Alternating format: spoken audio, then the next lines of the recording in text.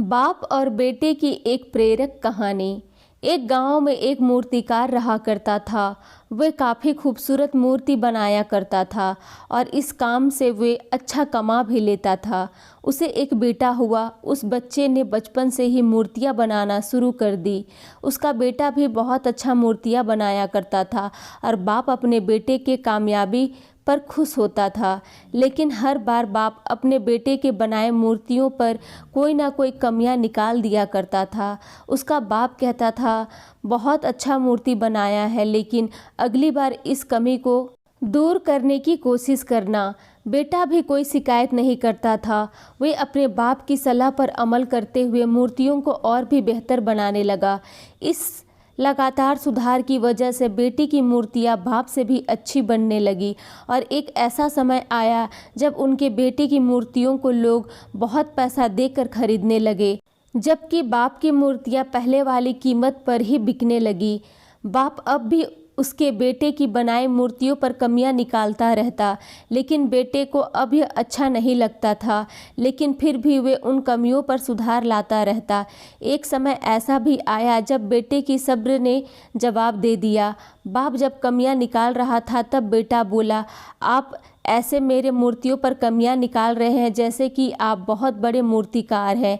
अगर आपको इतनी ही समझ होती तो आपकी मूर्तियां इतनी कम कीमत पर नहीं बिकती। मुझे नहीं लगता है कि मुझे आपकी सलाह लेने की ज़रूरत है। मेरी मूर्तियां बहुत अच्छी हैं। बाप ने जब बेटे की यह बातें सुनी तो उसने बेटे को सलाह देना और उसकी मूर्तियों पर कमी निकालना बंद कर दिया। कुछ महीनों तक बेटा खुश रहा। फिर उसने यह ध्यान दिया कि लोग अब उसकी मूर्तियों की इतनी तारीफ नहीं करते जितनी पहले किया करते थे।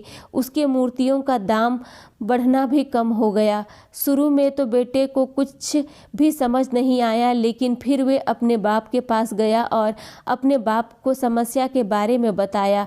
बाप ने बेटे को बहुत शांति से समझाया, जैसे ही उसे पहले से ही पता था कि एक दिन ऐसा भी समय आएगा।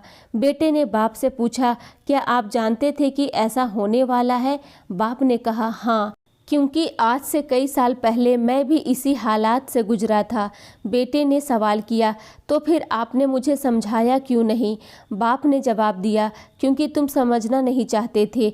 मैं जानता हूँ कि तुम्हारी जितनी अच्छी मूर्तियाँ मैं नहीं बनाता, और यह भी हो सकता है कि मूर्तियों के बारे में मेरी सलाह गलत हो, और ऐसा भी नहीं है कि मेरी सलाह की वजह से तुम्हारी मूर्तियां बेहतर बनी हो। लेकिन मैं जब तुम्हारी मूर्तियों में कमियां दिखाता था तब तुम अपने बनाए मूर्तियों से संतुष्ट नहीं होते थे।